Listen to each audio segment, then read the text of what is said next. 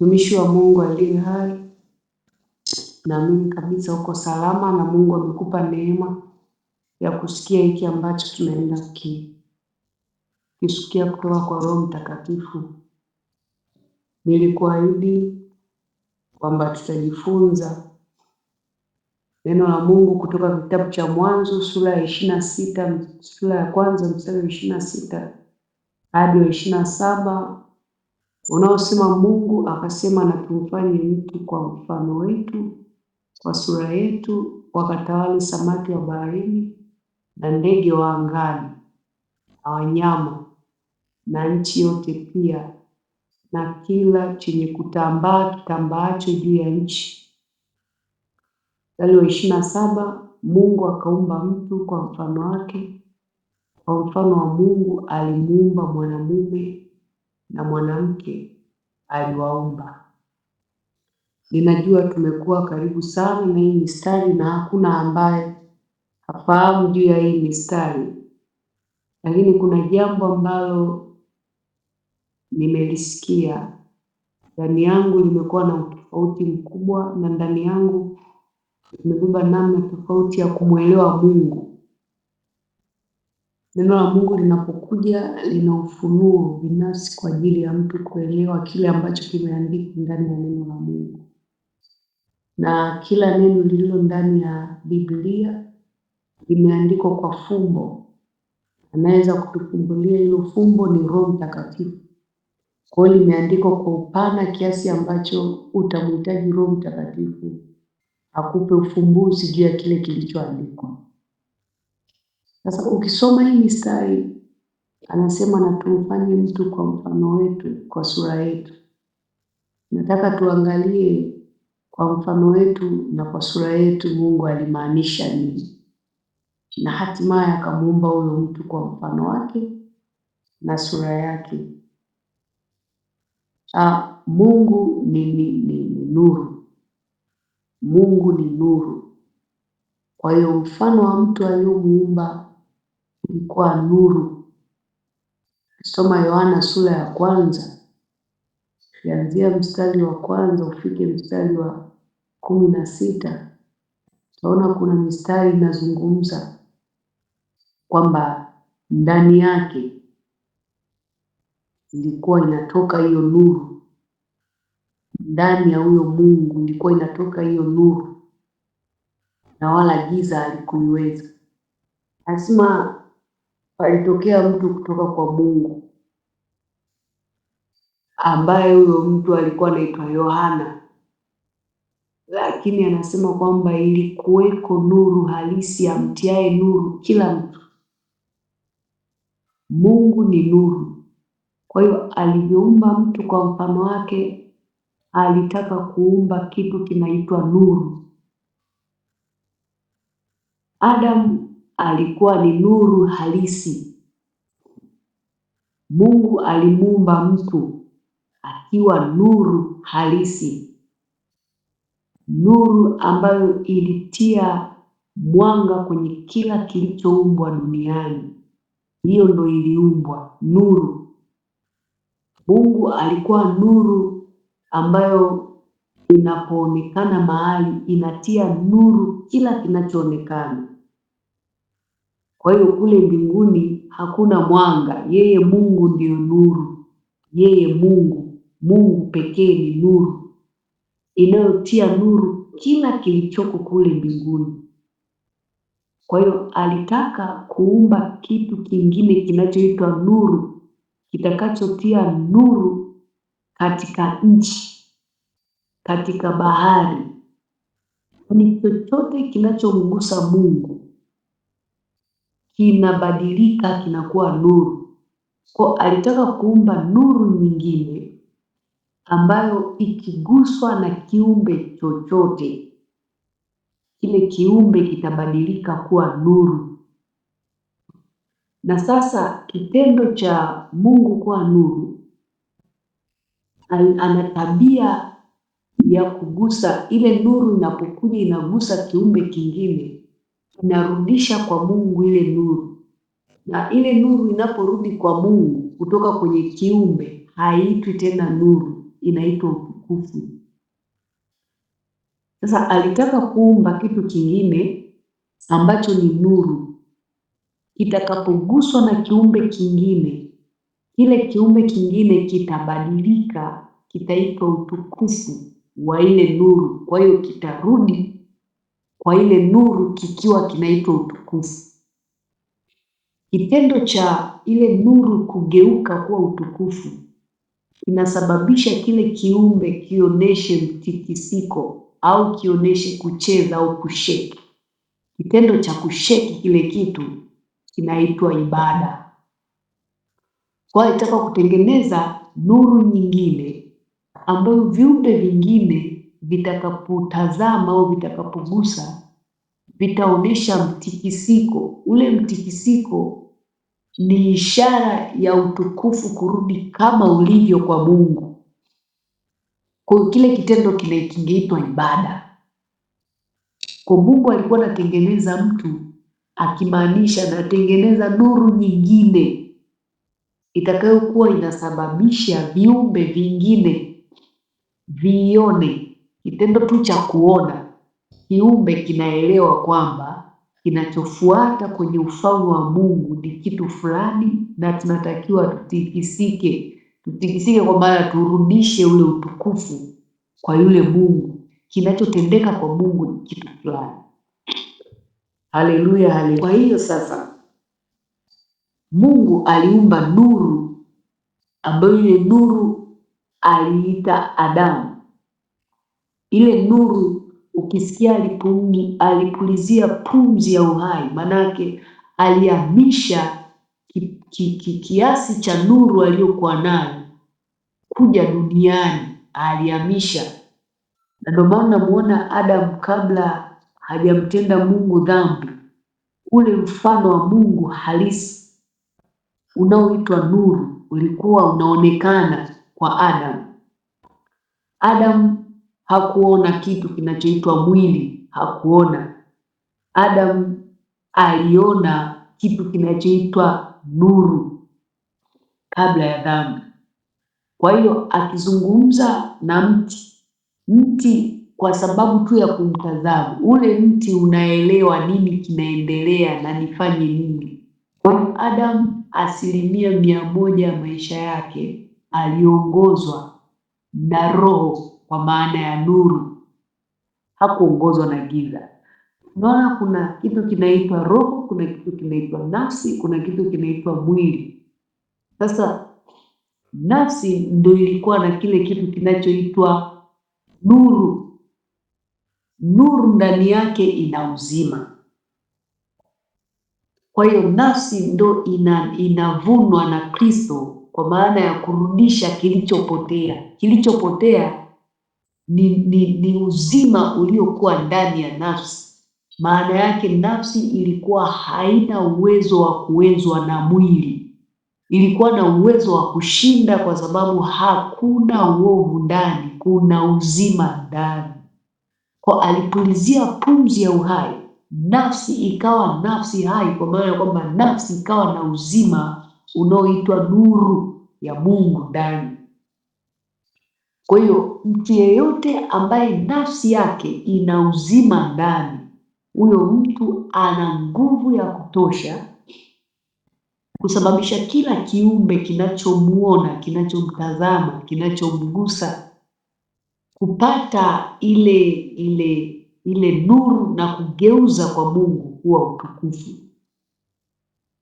Ni lugha ngumu, lakini natamani Mungu akusaidie unielewe. Kwa hiyo Adamu alikuwa mtu wa namna hiyo. Adamu alikuwa sio mtu wa kawaida. Adamu alikuwa nuru inayoonekana duniani, inayotia nuru kila kiumbe. Ndio maana mwisho wa siku Adamu anapokuja kumtenda Mungu dhambi, kila kiumbe kiliugua, kwa sababu giza lile lilihamia kwenye kila kiumbe. Maana ile nuru ilipotea kwenye kila kiumbe. Adamu alipokuwa hajatenda dhambi, nuru ilikuwa inatoka ndani ya Adamu na kuhuisha kila kiumbe na kukifanya kila kiumbe kione nini ambacho Mungu anataka kifanyike kwa wakati huo. Lakini Adamu alipoasi, kila kiumbe hakikuona kitu ambacho Mungu anataka kifanyike kwa wakati huo. Kwa hiyo kila kiumbe kilijuta, kililia kwa ajili ya maamuzi ya Adamu. Sasa huyu mtu ambaye ni mfano wa Mungu, kwa nini hapo mwanzo wakati hajui kilichoko kwenye mwili, kwa nini hakujua kwamba yuko uchi? Kwa sababu hakuwa anafahamu matendo ya mwili yana nguvu kiasi gani. Alikuwa anafahamu matendo ya roho yana nguvu kiasi gani, kwa sababu ndani yake kwenye nafsi aliumbiwa uzima, hakuumbiwa uovu. Kwa hiyo mtu yeyote ambaye ndani yake uzima unaishi, huyo mtu hafahamu matendo ya mwili yanaendaje. Huyo mtu ana nguvu za Mungu kupita maelezo. Anaweza akafanya vitu vikubwa sana ambavyo mtu wa kawaida ambaye anajua matendo ya mwili hawezi kuvifanya. Ile nuru inayomtia nuru kila mtu ilikuwa ndani ya Adamu, ambayo ilitia nuru kila kitu kinachoitwa kiumbe. Mungu alimuumba Adamu akampulizia pumzi ya uhai. Kwa hiyo Adamu akawa nafsi hai, akafanana na Mungu katika uhalisia. Nakwambia kila kitu kilicho kwenye neno la Mungu ni kitu ambacho ni fumbo. Hasa fumbo hili tunamwona Mungu ni nuru, na Mungu ana nafsi tatu. Alichokifanya kwa mtu aliyemuumba, aliumba huyo mtu katika hali ile ile. Alianza kwanza, Adamu anatakiwa kumsikiliza Mungu, ambaye huyo Mungu ni roho, ambaye huyo Mungu ni nuru, ili apate ile nuru arudishe kwa Mungu kama utukufu. Kile kitendo kiitwe ibada. Lakini Mungu kupitia Adamu akampata mtu mwingine anaitwa Eva. Kwa hiyo kwa kifupi, Adamu ni nafsi, anasimama kwenye eneo la nafsi, kama namna ambavyo binadamu ana roho, nafsi na mwili. Adamu anasimama kama nafsi, kwa maana ya kwamba Adamu ana sehemu ya roho, ana sehemu ya mwili, lakini Eva ana sehemu ya mwili, hana sehemu ya roho. Wakati huo Eva alitakiwa kusikiliza kila kinachotoka kwa Adamu, kwa sababu Adamu ndani yake ana roho lakini ana mwili, amepuliziwa pumzi ya uhai, ana nuru lakini pia ana kitu kinachoitwa mwili kinachomfanya aishi duniani. Kwa Eva hakutakiwa kufanya maamuzi mwenyewe bila Adamu kuruhusu hayo maamuzi, kwa sababu Adamu ndani yake ana nuru inayosema hiki ndicho Mungu anataka tufanye. Kwa maamuzi ya Adamu yalimaanisha Eva anatakiwa kufuata, pamoja na viumbe vingine vyote vinatakiwa kufuata. Eva ni nyama katika nyama ya Adamu, ni mfupa katika mfupa wa Adamu, lakini Adamu ni pumzi katika pumzi ya Mungu. Sijui kama unanielewa, mtu wa Mungu. Ndani ya mtu kuna nafsi, lakini katika vitu Mungu alivyoviumba ameliweka kitu ambacho kinafanana na nafsi, kina mwili lakini kina roho, kiko hapo kwenye maamuzi. Kwa hiyo namna ambavyo mtu ameumbwa awe na machaguo.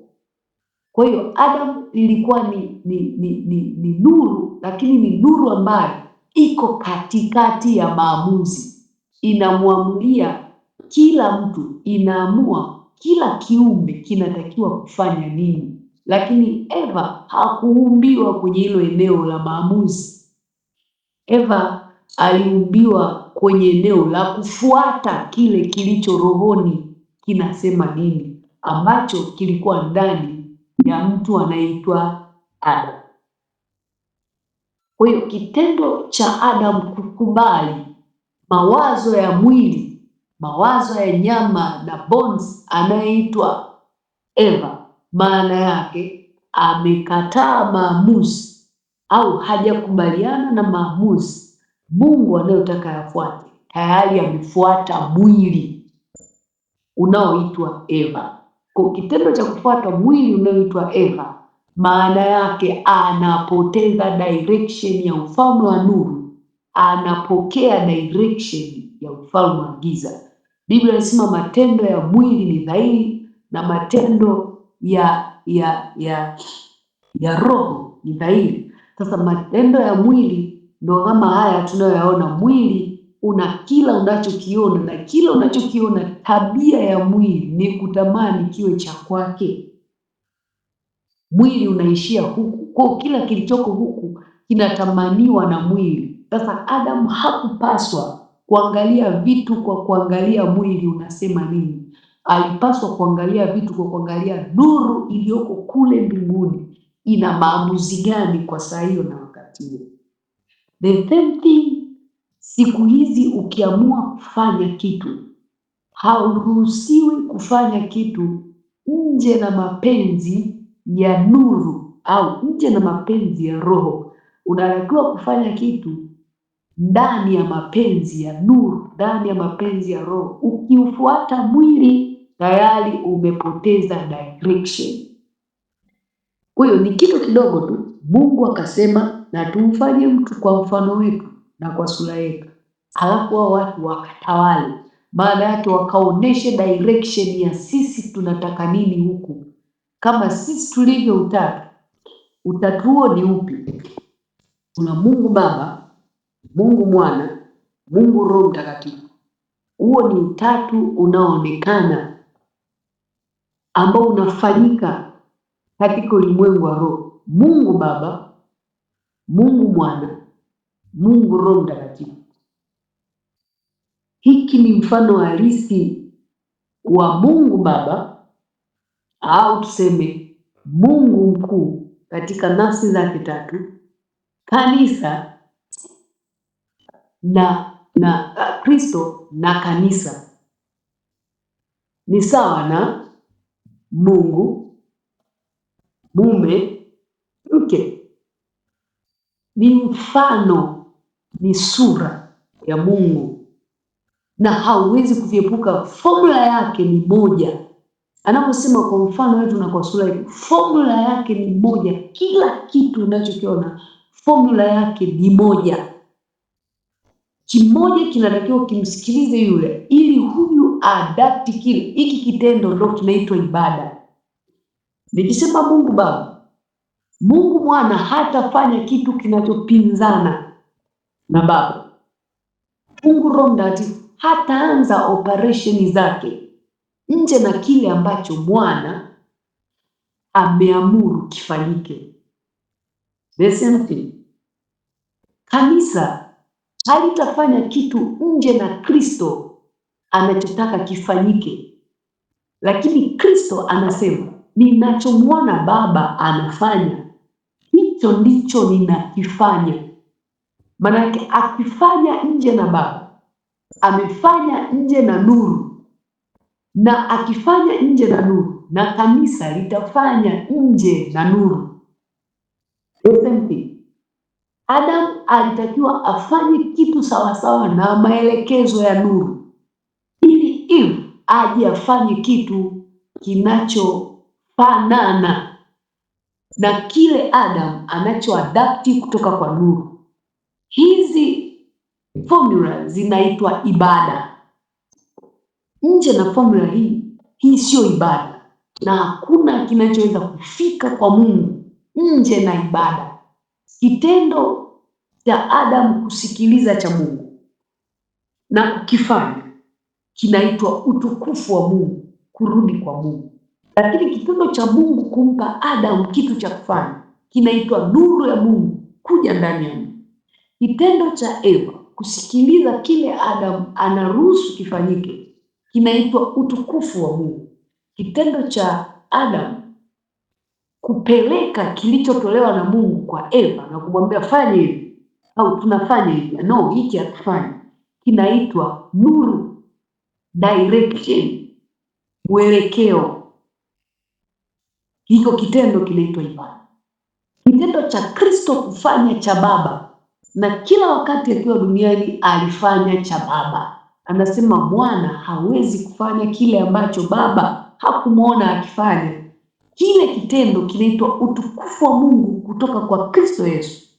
Na ujue tunaposema Kristo Yesu ni Adamu mwingine ambaye Mungu aliamua akae kwenye ile nafasi ya Adamu, kurudisha kilichopotea, kinachoitwa nuru ndani ya nafsi au uzima ndani ya nafsi. Yesu Kristo amekuja akiwa Mungu kweli kweli, amekuja akiwa mwanadamu kweli kweli. Kwa nini? Kwa sababu Adamu aliyepotea alikuwa Mungu kweli kweli ndani, nuru halisi. Nimekueleza hapo, ana pande. Adamu ana vitu viwili, ana roho, pumzi ya Mungu, ana life ndani ya soul, lakini pia ana mwili. Kwa hiyo Adamu alikuwa na uungu ndani, uungu halisia, yaani yeye ndo alipuliziwa pumzi ya uhai, lakini alikuwa mwanadamu akiwa na mwili halisia. Kwa hiyo Yesu alikuja akiwa Mungu kweli kweli, lakini akiwa mwanadamu kweli kweli, kulingana na ile nafsi ya Adamu ilivyokuwa. Adamu hakutambua mwili, na ndio maana baada ya dhambi Adamu ndo anakuja kugundua hii, kumbe niko uchi. Ndo anajua maana ya ngozi. Adamu anajua maana ya ngozi, maana ya utendaji kazi wa mwili, maana ya utendaji kazi wa nyama. Si kwamba hakujua alikuwa na nyama, hakujua nguvu iliyo ndani ya nyama. Haleluya! Hakuna kitu kibaya kama kupoteza direction. Kwa hiyo Kristo Yesu hakufanya chochote nje na Baba anachokifanya, lakini pia alifanya kile ambacho Baba anamuona anafanya, ili kurudisha ile nafasi ya nafsi iliyokuwa ndani ya Adamu.